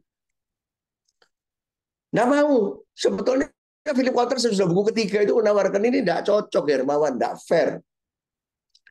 Kalau di jurnal kan gitu. Kamu harus jadi kuarter pertama, saya jadi kedua. Beberapa buku yang ditulis oleh Philip Kotler bersama orang lain, dia jadi kuarter kedua. Philip Kotler itu kaya, Bapak-bapak. Bikin textbook 16 edisi, sudah ada yang kuarternya yang lain, yang profesor akademis, yang menambah terus sehingga edisinya menjadi 16 buku. Ini trade book namanya. Pemikiran-pemikiran yang insting, nggak pakai bukti, tetapi kira-kira begini. Dan yang penting laku. Nah ini Entrepreneur Marketing 1 sudah keluar 2023. Ini Entrepreneur Marketing 2, 13 Agustus. Nanti yang ketiga 2026. Waktu saya berusia 79. Itu mudah-mudahan bisa menjadi balance scorecard baru. Karena balance sudah. Nah saya lagi berjuang seperti tadi saya ceritakan bersama IAI, bersama macam-macam. Supaya Indonesia nanti, orang Indonesia keluar dengan satu konsep balance scorecard baru. Yang membalanskan di antara semuanya. Saya tahun 98 waktu nulis buku pertama sudah ditanyai Philip Kotler, kamu setuju sama balance scorecard? Waktu itu balance scorecard 92. Jadi kalau Anda pimpinan universitas harus tahu balance scorecard itu, walaupun Anda profesornya hukum, profesornya ilmu pemerintahan, jangan sampai jadi pimpinan universitas tidak tahu balance scorecard. Tidak bisa membaca neraca. Oh itu urusan Warek 2, bukan. Anda CEO. Warek 1 itu direksi. Warek 2 itu direksi. Warek 3 direksi. Warek 4 direksi. Maaf loh, saya ngomongnya orang Surabaya wis apa adanya. Jangan sampai rektor nggak ngerti balance scorecard. Jangan rektor nggak bisa baca balance sheet. Jangan sampai rektor nggak ngerti cash flow. Anda pimpinan, Anda CEO, Anda bukan peneliti. Peneliti biarlah jadi peneliti, pakai profesornya. Ya. Jadi aturan dikti masih tidak membolehkan. Nah, ini aturan dikti ini menggambar juga. Katanya Pak Nizam ya pelan-pelan. Nah, ini repot sampai kabinet selesai nanti menterinya ganti lagi ya. ganti lagi. Nah, jadi coba lihat ini street book semua, dan ada lagi marketing 3.0, 4.0, 5.0, 6.0. Saya sudah menyiapkan 7.0. Itu marketing dok, tidak ada finance ya. Nanti sesudah ini 2025-nya adalah marketing 7.0 sudah saya siapkan. Itu marketing dok. Kalau ini kan gabungan tadi. Jadi saya mulai dari marketing 3.0. Saya waktu itu diminta menjadi konsultan Bank Syariah, orang Katolik ini. Jarang ke gereja, terus terang. Tapi saya Katolik. Saya diminta untuk membantu merumuskan konsep Bank Syariah sama Bank Indonesia itu ketika tahun 2008, 2010. Itu ide saya bahwa Nabi Muhammad itu nabi yang luar biasa. Maaf ya, maaf sekali. Nabi saya tukang kayu, Nabi Isa. Nabi Muhammad sesudah Nabi Isa dipercaya sebagai nabi terakhir. Beliau lah yang ngomong, berdaganglah, berusaha. Orang tidak boleh tidak berusaha. Tidak mungkin orang hidup di dunia tanpa berusaha. Tapi harus jujur. The only kitab suci yang mengatakan bisnis harus jujur. Itu ya Islam. Perang harus adil, berkeluarga harus adil, damai, dan macam-macam. Jadi Islam, the true Islam itu menyeimbangkan sebetulnya antara duniawi sama akhirat. Susah, memang tidak gampang. Sedangkan saya bukan ahli agama, tapi kalau di kita itu disuruh murni. Hidup itu di dunia untuk menyiapkan akhirat. Jadi kamu jangan mikiri, kalau bisa jangan dagang, kalau bisa jangan apa, macam-macam. Ya orang punya keyakinan sendiri, ada cerita karena ada macam-macam. Tapi saya tertarik sehingga saya bikin human spirit itu. Marketing itu namanya rusak karena tidak ikut Nabi Muhammad. Karena tidak human spirit. Kalau marketing itu produk, kayak Bapak punya kampus. Oh, saya pengajarnya profesor semua, itu produk. Apa bisa menjamin profesor itu customer-nya jadi? Itu kan syarat dikti. Kedua, kalau customer-nya puas. Wah enak ini sekolah di universitas ini, gampang lulus semuanya. Apakah itu menjamin? Enggak, yang penting the campus with human spirit. Tapi jangan filsafat kok. Human spirit itu artinya kampus itu penuh kejujuran. Menjanjikan apa, dapatnya apa. Yang dicoba dioperasionalkan dalam ranking-ranking itu. 4.0 itu sudah pakai teknologi, 5.0 teknologi, 6.0 teknologi. Nah ini nanti panjang ini kalau cerita ini. 7.0 nanti tahun 2025 itu adalah marketing itu harus ke SDG. Karena 2030 itu Sustainable Development Goal. 1 people, 2 prosperity, 3 planet, 4 peace, 5 adalah partnership. 5P ini adalah terjemahan dari 17 prinsip yang ada di SDG yang diteken oleh seluruh dunia, pemerintahnya teken, swasta perusahaannya teken. Saya tidak tahu kenapa kok tidak ada gerakan Sustainable Development Goal untuk kampus. Mestinya kalau kampus seluruh dunia itu menuju ke situ kan lebih bagus. Nah, jadi sesudah 2025, 2026 nanti saya merencanakan balance scorecard kita baru. Jadi ini apa? Jadi saya kepingin sebelum saya 80, saya anggap aja saya kalau lewat 33 itu Yesus meninggal. Saya bisa lewat. Nabi Muhammad 63, saya bisa lewat. Siddhartha Gautama masih 80. Saya kalau bisa mencapai usia seperti Siddhartha Gautama dengan karya-karya ini sudah seneng. Jadi 79 nanti mudah-mudahan biar kartnya keluar 80 tahun 2027 saya mau merayakan ulang tahun saya di Bali lagi. Karena 70 dulu melukat di Bali. Saya menjadi orang baru. 70. Terus 71-nya di Sunda jadi Asep pertama non-muslim. 72 jadi Kang Mas di Jogja sama Pak Sultan. 73 Ki Dwi Jawa Waskito sama Pak Ganjar di Jawa Tengah. 74 jadi Sadulur di mana? Kedui dalam. Mana? Kadui Dalam. 75 saya jadi kadaver di Surabaya. 75 kadaver. Kadaver artinya kalau saya meninggal, saya menyerahkan semua tubuh saya untuk anatomi. Jadi akhirnya saya mau jadi guru yang terus. Jadi kalau mau lihat film saya ada HK75, ada di video.com, 3 seri, learning share. Jadi learning share. If you want to be a good teacher, keep on learning. Saya travel apa-apa ini, learning, thinking and sharing lagi. Ini sharing ini, bagian dari sharing. Saya bisa lihat dari komentar, bisa lihat dari body language Anda, senang apa enggak. Body language ini tidak bisa ditipu. Anda melihat saya ini sebagai, ini apa ini. Ada yang antusias, ada yang sambil main handphone, ada yang apa. Saya bisa lihat semua ini. Nah dari situ saya belajar. Saya belajar lagi, saya pikirkan, kemudian saya sharing lagi. Learning share.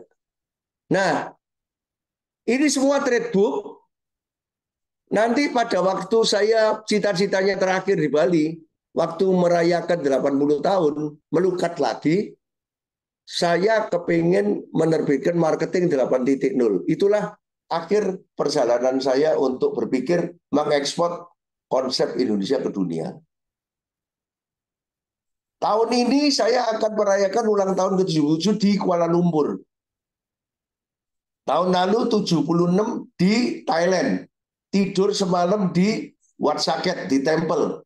Ada mongnya yang suka sama buku saya marketing 5.0. Bukan yang ini, kalau ini 6.0 ini.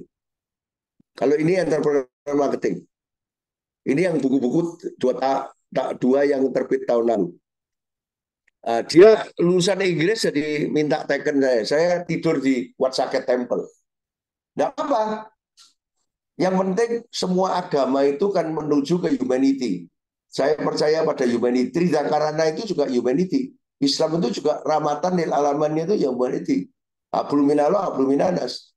Jadi marilah kita menjadi orang yang lebih baik. Orang yang menyumbangkan seluruh dunia. Nah sekarang sumbangan konkret Makpres apa MBKM ini? Sertifikasi. Mana itu sertifikasi? Beberapa yang ada di sini pasti sudah kerja sama-sama kita. Tapi entrepreneur marketing ini sudah kita sertifikasikan. Nah itu. Sebelah kiri ada sertifikasinya. Ini sumbangan konkret kita. Entrepreneur marketing ada sertifikasinya. Tapi kalau mau yang internasional, kemarin saya ditanya, Pak, boleh naruh degree-nya enggak di belakang namanya? Lah ya, memang kebiasaan dosen kan selalu gitu. Saya sertifikasi, saya bayar, tapi boleh enggak nambah gelar di belakang? Kalau yang ini boleh. Certified, mana ya? Mana CPM Asia? Nah itu. Yang sebelah kanan, for lecturer itu yang paling bawah itu CPM Asia. Itu mestinya Asia itu di dalam kurung, bukan di luar kurung. Ngerti nggak? CPM Asia itu di dalam kurung. Jadi yang boleh dicantumkan itu dikasih bintang. Karena banyak akademisi yang ngincer itu. CPM Asia. Ayo ganti. Nah, ini anak-anak ini kerjanya nggak detail ini. Ini contoh aja ini. Padahal sudah anak buah saya langsung ini. CPM Strip Asia itu by AMF. Tulis by AMF Asia Marketing Federation. Supaya ada bedanya gitu loh. Kalau enggak gitu kan enggak tahu bedanya apa. Orang dikasih informasi gini kan enggak tahu. Cobalah dikasih warna lain dan sebagainya. Kan sudah ada pengalaman dari kemarin, orang tanya, loh ini Pak digrinya. Nah, dikasih warna lain, dikasih Asia Marketing Federation. Orang itu harus berpikir sendiri, tidak usah disuruh. Ini contoh lagi anak buah saya yang lain ini.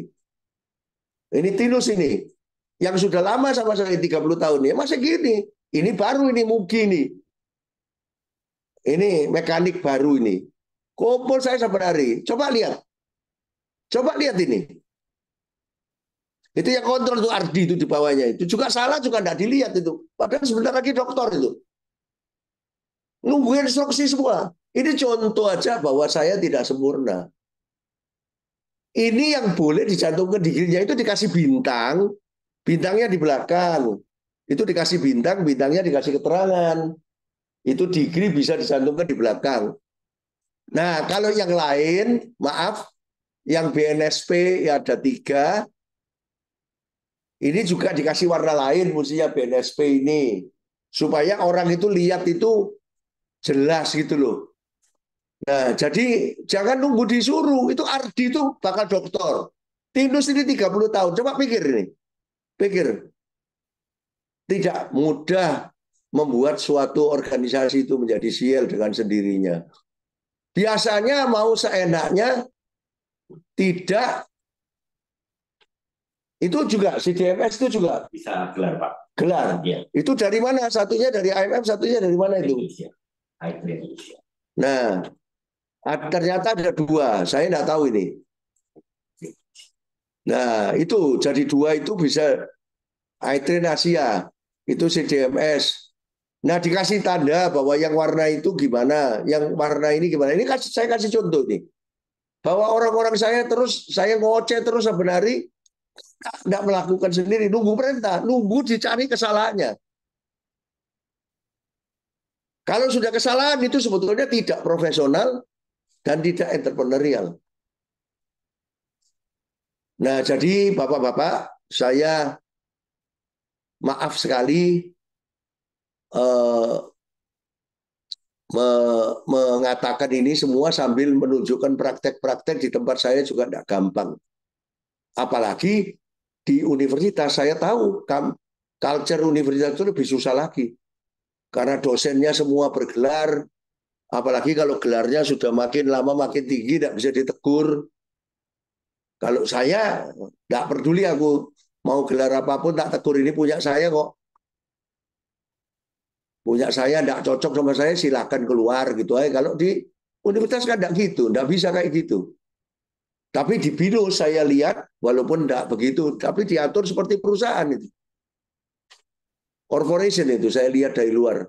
Jadi betul-betul dibikin kayak betul-betul sertifikasi kayak perusahaan. Itu aja Bapak-bapak sekalian. Saya sudah terlalu panjang. Sudah 1 jam ini kira-kira. Ya, 8.30 sampai 9.30. Ya. Tapi kalau ada 1-2 pertanyaan silakan loh. Kalau enggak juga enggak apa-apa. Silakan kalau masih ada 1-2 pertanyaan silakan. Ini berinteraksi. Ya, baik Pak Hermawan, ini sudah ada pertanyaan yang masuk Pak di Ya, kolom chat Zoom. Semua pilih aja yang kira-kira paling berbobot, yang mana 2 aja, 2. Ya, ini ada pertanyaan Pak dari Bapak Adi Prayuda dari Universitas Islam Al-Azhar Mataram. Pertanyaannya, lingkungan akademik secara umum adalah lingkungan yang sangat PIPM. Mana yang lebih efektif menginjeksi CIL ke dalam lingkungan akademik berdasarkan pengalaman Pak Hermawan, secara top down atau bottom up? Seperti itu Pak pertanyaannya. Silakan Pak. Harus top down. Sudah jelas harus top down, dan salah satu, maaf saya bukan jualan tapi ambilkan certification, dipaksa. IM dikasih itu sendiri, itu ada entrepreneur marketing, jangan yang gelar-gelar, dipaksa saja. Kalau saya tahu Universitas Islam Mataram ya, atau Muhammadiyah Mataram ini. Saya ketemu sama Ketua PP Muhammadiyah di Jogja. Jangan takut Pak Hermawan, kalau Muhammadiyah, ayo kita kerjasama dengan Muhammadiyah se-Indonesia. Nah, tapi kalau swasta lain, paksa saja top down. Gampang kok. Bisa bikin peraturan sendiri. Anda bukan PTN, malah ada kebebasan. Ya, top down, harus top down. Tidak bisa bottom up. Nggak bisa. Satu, dua. Oke, baik. Ini jadi tadi ya, kalau Bapak boleh ya secara top down nanti boleh mendaftarkan dirinya nih di sertifikasi Markus, ada banyak sekali, boleh langsung dipilih saja ya Pak. Oke, pertanyaan kedua yang masuk ini adalah pertanyaannya, bagaimana kita dapat mengintegrasikan keunggulan kepemimpinan dalam struktur organisasi kampus untuk dapat mempercepat pencapaian visi kampus merdeka. Silakan Pak. Ardi, kamu jawab. Silakan Mas Ardi. Ya, baik Bapak Ibu sekalian. Terima kasih tadi Pak Hermawan sempat banyak menyampaikan ya. Ini tentang kampus merdeka ini memang menarik karena kemarin tadi Pak Hermawan cerita Pak Mas Menteri ya sempat datang sendiri membahas tentang kampus merdeka ini. Dan mungkin ini juga pertanyaan Bapak Ibu, begitu nanti ada transisi pemerintahan ini apakah akan berlanjut atau tidak. Nah, kemarin beliau sampaikan optimis bahwa ini akan tetap berlanjut. Kenapa kampus merdeka ini tetap berlanjut? Meskipun mungkin menterinya berubah, tentu presidennya juga berubah, karena beliau mengatakan ini sudah bukan hanya sekedar program atau proyek, tetapi sudah menjadi gerakan. Sehingga nanti bukan top down lagi, tadi Pak Hermawan sampaikan, tapi karena sudah merasakan manfaatnya, mahasiswa sudah merasakan manfaatnya, mereka yang akan minta. Sebagaimana ketika program sertifikasi dilakukan sebagai bagian dari micro kredensial ya, Bapak Ibu kalau dalam kampus, untuk melengkapi mereka agar punya sertifikat kompetensi, sertifikat keterangan pendamping ijazah. Awalnya mungkin top down, tapi lama-lama mereka akan merasakan manfaatnya dan akhirnya meminta. Itu filosofi yang sama juga yang terjadi dalam implementasi MBKM yang saya yakin juga akan sama juga ketika itu diimplementasikan di level kampus Bapak Ibu masing-masing melalui program microcredensial atau sertifikasi yang tadi Pak Hermawan sampaikan. Baik, zaman dulu saya ingat ada teori leadership yang sangat sederhana, situational leadership. Leadership itu tergantung daripada situasi. Kalau situasinya antara pemimpin dan yang dipimpin itu tidak terlalu banyak bedanya, artinya pemikirannya ya, bukan digrinya, itu dikasih motivasi untuk berubah. Tapi kalau secara general seperti pertanyaan pertama tadi, nah ini nggak mau. Ini masih mau, walaupun dia profesor mau apa, ya apalagi kalau brand kita kuat. Kamu jangan di sini kalau nggak mau. Aku begini, ini sama dengan rumah sakit, dengan dokternya. Kita juga nangani rumah sakit, toh, 34 tahun. Rumah sakit itu paling takut sama dokter. Apalagi dokter terkenal.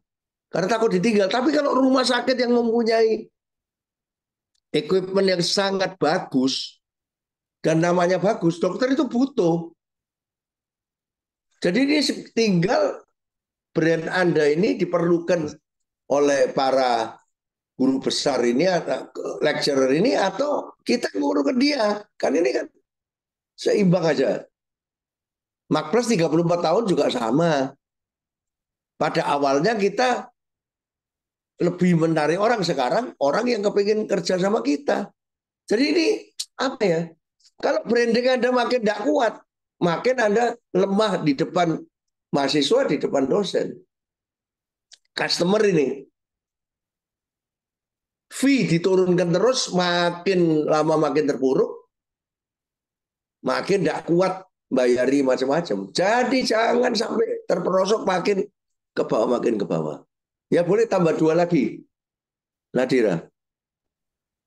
Oke, baik. Terima kasih banyak atas jawabannya nih. Ada 2 lagi enggak? Ada Pak. Ada pertanyaan lagi Silakan. nih yang masuk.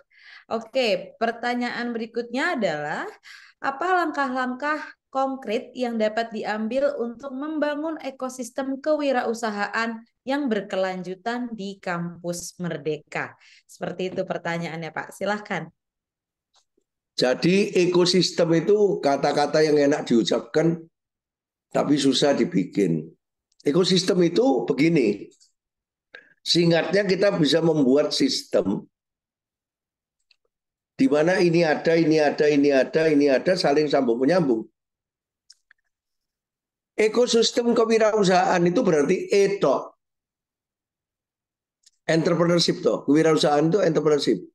Percuma entrepreneurship itu kalau tidak ada creative innovation-nya. Akhirnya yang dibuat apa?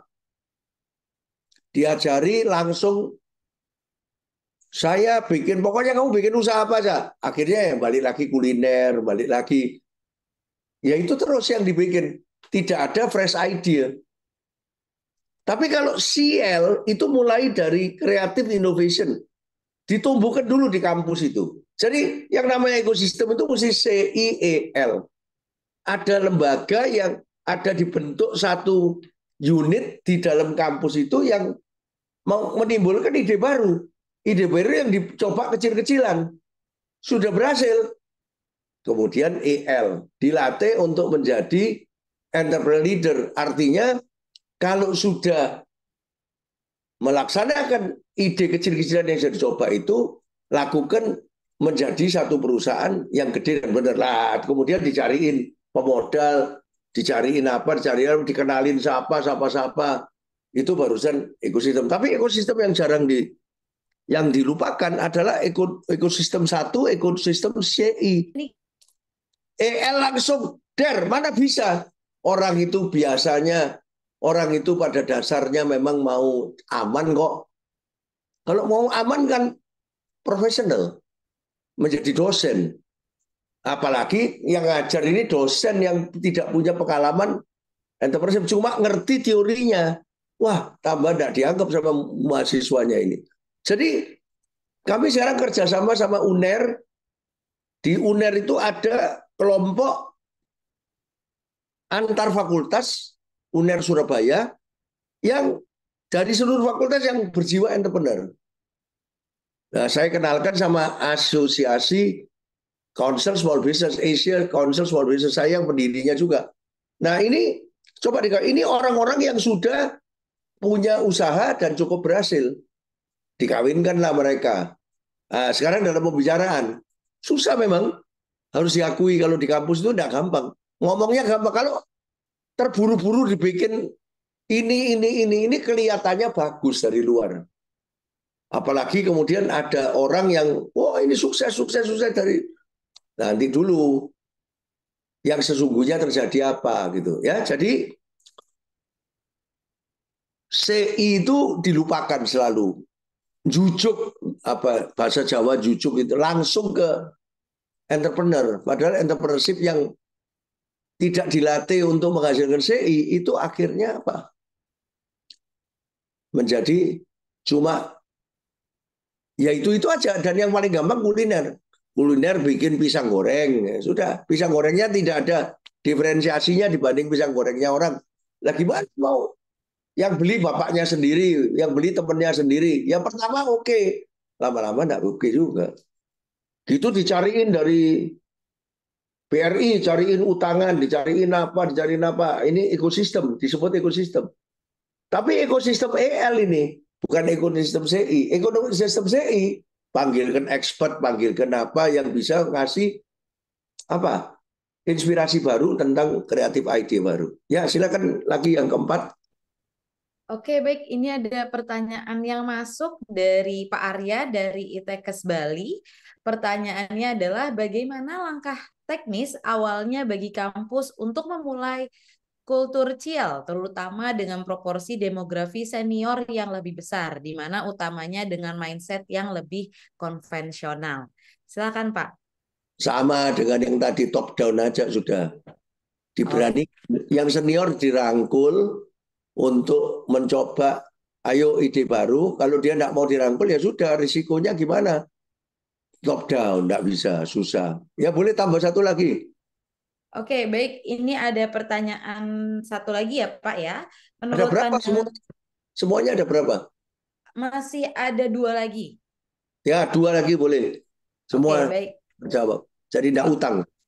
Oke, baik Pak. Nah, ini pertanyaan berikutnya adalah menurut pandangan Pak Hermawan, bagaimana kampus Merdeka dapat memanfaatkan jaringan alumni dan kemitraan industri untuk mendukung pengembangan program creativity, innovation, entrepreneurship, dan leadership? Sangat, sangat dari alumni dan industri yang dikenal itu dicari siapa yang betul-betul kreatif, siapa yang betul-betul innovation, entrepreneur, diajak untuk membentuk ekosistem CI, jangan langsung EL. CI ini dihidupkan dulu ini. Kalau sudah banyak kampus ini sudah banyak mahasiswa dan dosen yang kreatif dan innovation, baru dibentuk EL. Tapi ini kan pemerintah, ya namanya pemerintah kepingin EL-nya dulu supaya kelihatan entrepreneur 5%. Wah, dari dulu saya staf khusus Menteri KUKM dari dulu. Sampai sekarang enggak sudah zaman Pak Puspa Yoga itu Acung Puspa Yoga itu teman saya. Bu Bintang sekarang juga teman saya. Ya toh, sekarang enggak mau ikut-ikut politik Pak Puspa Yoga. Sudah. Tapi saya sangat menghormati dan beliau sangat teman. Dia bilang, sudah Pak Hermawan, lakukan aja kalau jadi pemerintah ya gini. Perintah presiden harus begini ya diterjemahkan ya begitulah. Saya tahu rasanya 5 tahun jadi eselon 1. Nah kalau saya datang ke daerah ketemu sama dinas koperasi, waduh sambutannya luar biasa. Begini-begini ditunjukkan sudah begini-begini, tapi nanti dulu. Yang sebenarnya itu aku tahu. Ini bukan entrepreneur yang sungguhnya. Karena entrepreneur leader kita tidak disertai dengan CI. Nah, ini saya ketemu sesuatu yang baru loh. Dari ngobrol ini, saya ketemu sesuatu yang baru nih. Karena dipancing pakai pertanyaan terus jadi iya ya. Saya jadi mikir ini. Makanya lentik share itu. Waktu share bisa ketemu lagi. Nah ini nanti saya bawa kemana-mana ini hasil pertemuan Bali ini. Ya, kemarin saya dapat apa? Satu. Oh, jadi dosen-dosen itu kepingin ada gelarnya di belakang. Apa? Satu aja yang saya dapat. Lebih senang sertifikasi yang ada gelarnya. Kalau tidak ada gelarnya, enggak lah. Ya toh. Kemudian kalau sehari ini saya dapat ini. CI itu enggak ada. Terakhir. Oke, pertanyaan terakhir ini pertanyaannya adalah, apakah peran dari teknologi dan juga digitalisasi dalam mendukung transformasi kampus Merdeka? Silakan Pak. Oh iya, teknologi kan memperkuat PIPM terutama. Administrasi. Kenapa kok nggak disilakan teknologi aja? Lebih cepat, lebih dekat, lebih apa. Terus pengumpulan informasi. Library teknologi. Supaya orangnya dibiasakan baca. Digital nggak apa-apa. Itu semua lakukan. Itu PIPM semua itu. Nah, tetapi memasak informasi yang lebih cepat, lebih banyak ini. Pusing kan sekarang. Sesudah informasi ditemukan lebih banyak, pusing. Bagaimana menggunakan informasi itu secara kreatif? Masih ada lagi enggak? Nadira, ada lagi enggak? Sudah Pak, untuk pertanyaannya di hari ini sudah habis untuk sesi kita yang di Bali. Oke, terima kasih. Jadi mohon maaf sebesar-besarnya kalau saya sebagai orang Surabaya ini yang ngomongnya langsung begini, saya betul-betul minta maaf. Tapi saya selalu diundang kemana-mana yang ngomongnya begini.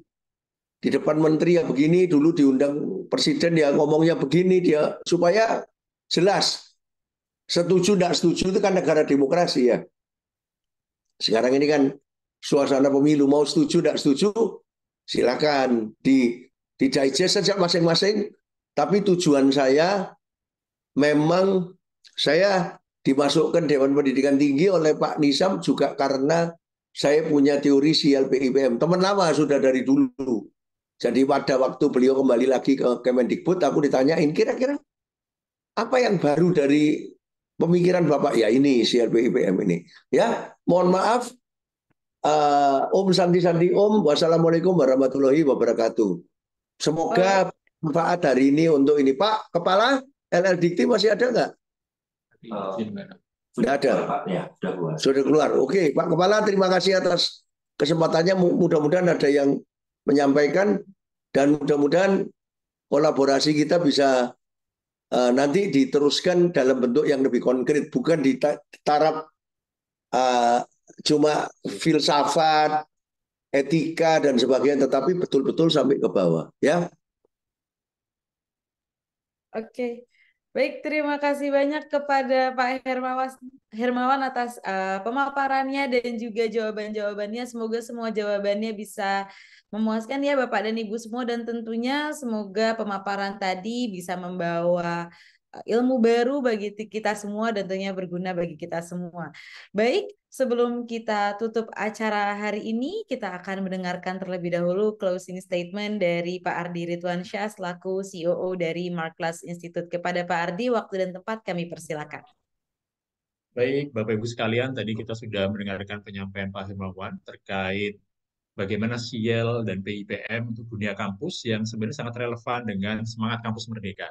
Nah, sebagai closing, Bapak Ibu, saya ingin mengundang saja Bapak Ibu sekalian bahwa kolaborasi kita dengan LLDT 8 ini tentu sekedar gong pembuka saja. Harapannya nanti akan kolaborasi lebih detail dengan Bapak Ibu sekalian. Setiap kampus kita harapkan bisa ada kolaborasi, terutama untuk sertifikasi.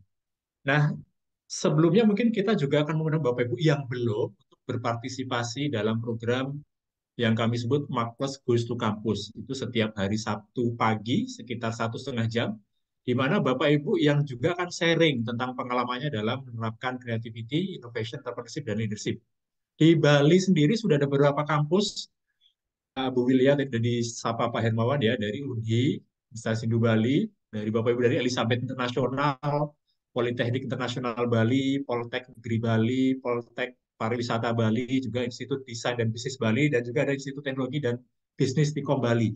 Jadi dengan beliau-beliau kita sudah adakan forum yang lebih spesifik, kerjasama yang lebih spesifik, dan kami tunggu juga tentu kolaborasi dengan Bapak Ibu sekalian.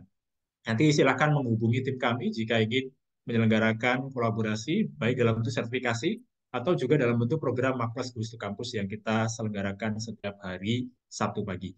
Itu saja, sekali lagi terima kasih Bapak Ibu sekalian yang ada di Bali dan Nusa Tenggara Barat. Mudah-mudahan ini menjadi awal kolaborasi yang lebih erat lagi dalam rangka mendukung program Merdeka Belajar dan Kampus Merdeka. Selamat malam, selamat siang. Saya kembalikan kepada Nadira. Baik, terima kasih banyak kepada Pak Ardi atas closing statement-nya, dan dengan demikian selesai sudah sarasehan virtual kolaborasi membangun negeri kali ini. Sekali lagi saya ucapkan terima kasih kepada para narasumber yang sudah hadir dan juga berbagi ilmu dengan kita semua. Saya juga ingin mengucapkan terima kasih kepada Bapak, Ibu, serta rekan-rekan yang telah hadir di pagi hari ini. Bagi Bapak dan Ibu yang ingin mendapatkan sertifikat, silakan untuk mengisi link absen yang tertera di kolom chat Zoom. Saya Nadira Mahdiani beserta segenap kru yang bertugas pamit undur diri dari hadapan Anda semua. Stay safe, stay healthy, dan sampai jumpa.